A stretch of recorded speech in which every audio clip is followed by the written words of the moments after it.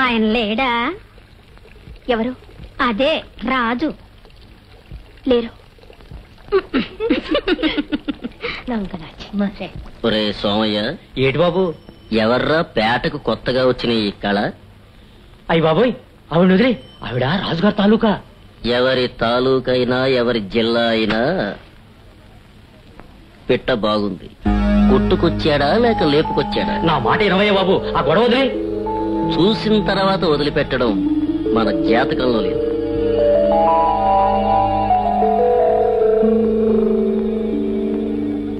First hand second hand? పిట్ట మంచి బిగులో ఉంది. రాజు, నువ్వెప్పుడొచ్చావు? ఫస్ట్ హ్యాండా సెకండ్ హ్యాండా అని నీకు అనుమానం వచ్చినప్పుడు. అలాగా?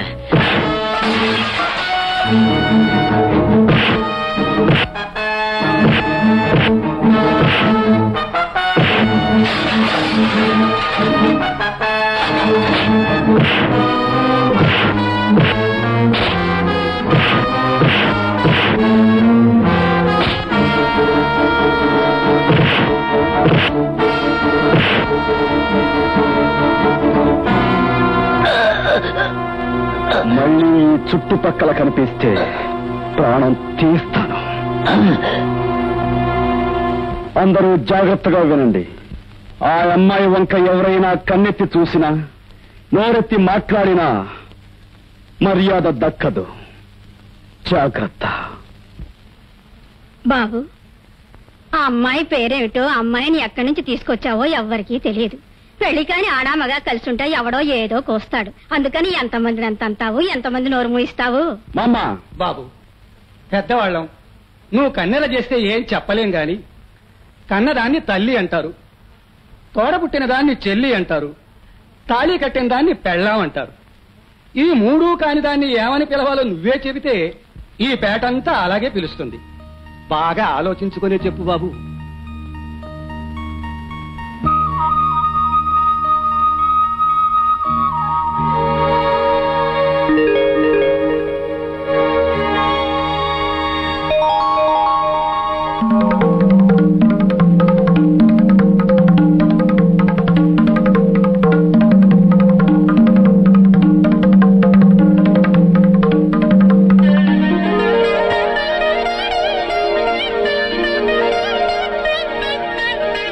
ఈ క్షణం నుంచి ఈమె నా భార్య.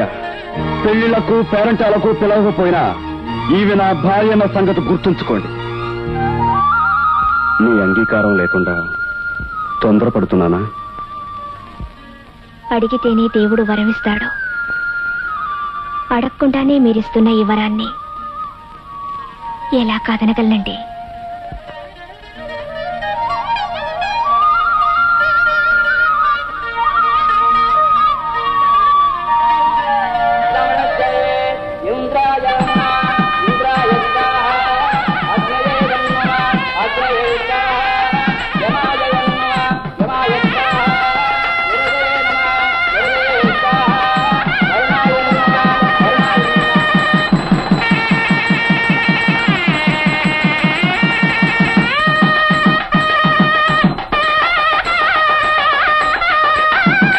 ఇందాక ఈదమటనే వస్తా ఉంటేనండి, అక్కడ ఉన్నోళ్ళంతా చెప్పుకుంటున్నారండి, రాజుబాబు గారు ఆ అమ్మాయి గారిని పెళ్లి చేసుకున్నారంటండి. ఇందులో నిజమెంతో నాకు తెలియదు బాబు. నిజమై ఉంటుంది, అందులో ఆశ్చర్యం ఉంది. వాడికి అలగాజనంతో తిరగడం, అలగాపలం చేయడం మొట్టమొదటి అలవాటే. నా స్టేటస్, నా గౌరవం నాశనం చేయాలని కట్టగట్టి పనిచేస్తుంటాడు. వాడిని మీ కొడుకే కాదనుకుంటున్నప్పుడు మీ స్టేటస్ వాడిదెలా అవుతుంది? ఆగు.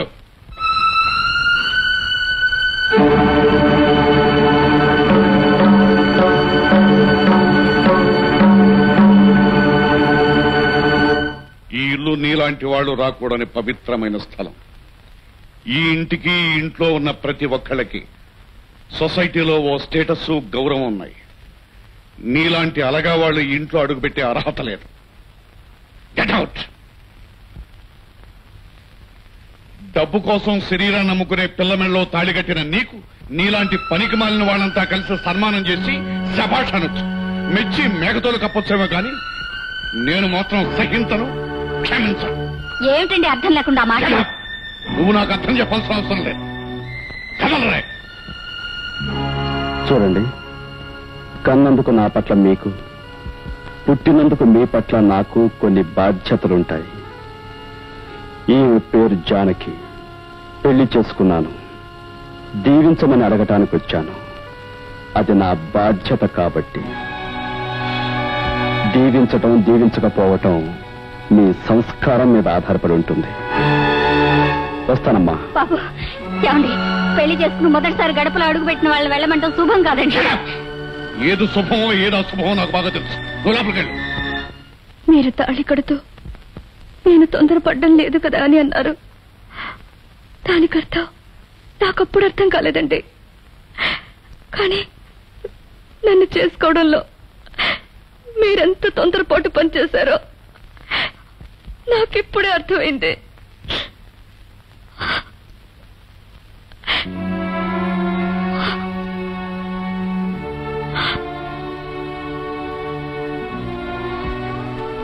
కన్నీళ్లు చాలా విలువైనవి జానకి. ఇలాంటి చిన్న చిన్న విషయాల కోసం వాటిని ఖర్చు పెట్టకూడదు. అక్కడ జరిగిన దానికి నువ్వు కారణం కాదు. మా ఇద్దరి మధ్య ఈ దూరం ఏనాడో ఏర్పడింది. అది నీకు వివరించాల్సిన అవసరం నాకుంది. 4 ఏళ్ల క్రితం ఏర్పడిన అగాధం ఇది. ఓ రాత్రి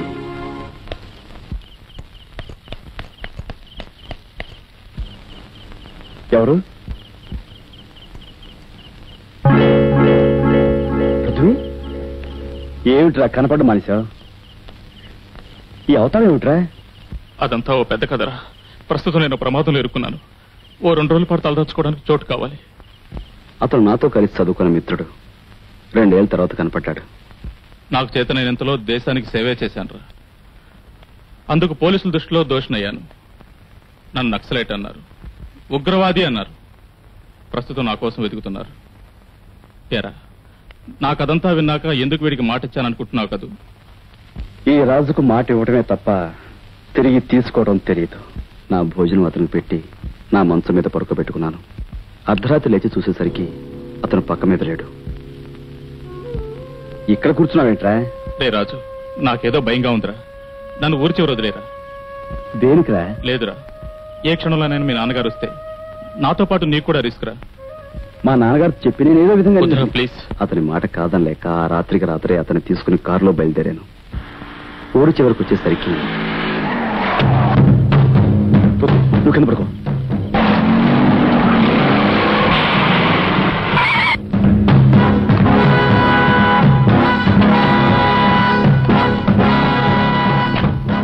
వార్డ్ ఇన్స్పెక్టర్, కార్ చెక్ చేయాలి. ఇది ఎవరి కారో తెలుసా? ఇది ఎస్పీ గారి కార్ అని తెలుసు. మీరు ఎస్పీ గారి అబ్బాయి అని కూడా తెలుసు. అయినా చెక్ చేయక తప్పదు. అవి మాకు వచ్చిన ఆర్డర్స్. Check the car. పుత్రి పారిపో. Don't go.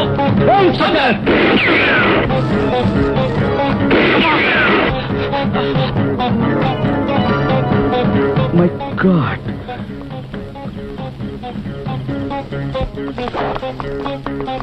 ఈ డైమండ్స్ మీ కారులోకి ఎలా వచ్చాయి? ఇన్స్పెక్టర్, నిజంగా నాకేం లేదు. వాడు నా ఫ్రెండ్. అతను మీ ఫ్రెండ్ కావచ్చు. అతను పెద్ద స్మగ్లర్.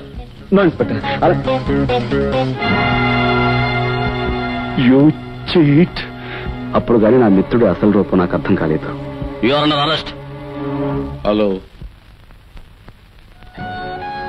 ఈ వార్త నాన్నగారికి తెలిసింది. పులిలా బతికిన ఆయన నా కారణంగా సొసైటీలో తల ఉంచుకోవాల్సి వచ్చింది. పరోక్షంలో మీ అబ్బాయికి మీ సహకారం ఉందని కొందరు అంటున్నారు. మీరేమంటారు? Get lost everybody. Don't irritate me. పత్రికల వాళ్ళు ఆయన్ని వేధించసాగారు. పేపర్లో నా పేరెక్కింది. కోర్టులో జరిగింది చెప్పి నేను నిర్దోషిని ప్రాధేయపడ్డాను. కానీ నాది అరణ్య రోదనే అయ్యింది. 6 నెలలు జైలు శిక్ష పడింది. నేను జైల్లో ఉండగా డాడీని రప్పించుకుని జరిగింది చెప్పాలని ఎంతో ప్రయత్నించాను. కానీ నా మొహం చూడ్డానికి ఆయన అంగీకరించలేదు. 6 నెలల తర్వాత విడుదలై ఇంటికొచ్చాను. ఆగు. ఎవరు? డాడీ, కన్నవాళ్ల పరువు నిలబెట్టేవాళ్లు బిడ్డలవుతారు గాని కుటుంబ గౌరవాన్ని బజారు పాలు చేసేవాళ్లు కాదు. నా పెద్ద కొడుకు చచ్చిపోయి చాలా కాలం అయింది. ఆ రోజు దాటిన ఆ గడప మళ్ళీ ఇన్నాళ్లకు నీ కారణంగా తొక్కాను. జానకి, ఒకటి గుర్తుంచుకో, ఏ పనైనా నేను తొందరపడి చేస్తానేమో కానీ తొందరపాటు పనులు మాత్రం ఎప్పుడూ చేయను.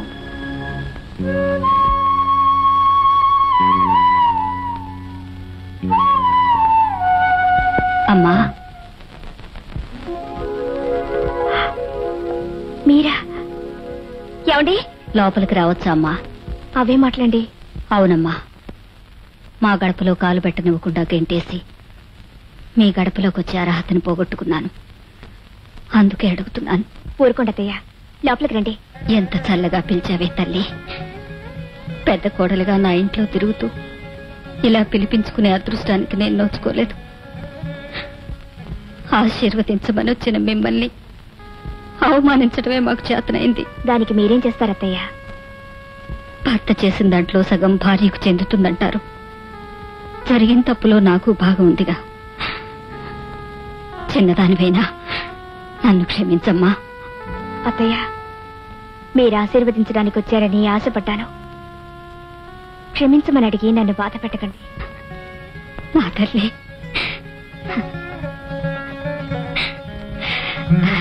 ఇవిగోమ్మా నగలు. నగలా? నా పెద్ద కోడలికి ఇవ్వాలని ఉంచాను. వద్దమ్మా, ఆ ఇంటికి సంబంధించిన ఏ వస్తువు ఈ ఇంటికి రాకూడదు. అది కాదురా, ఇవి మా నాన్న నాకిచ్చిన నగలు. వీటితో మీ నాన్నగారికి ఏ సంబంధం లేదు. తీసుకోమ్మా.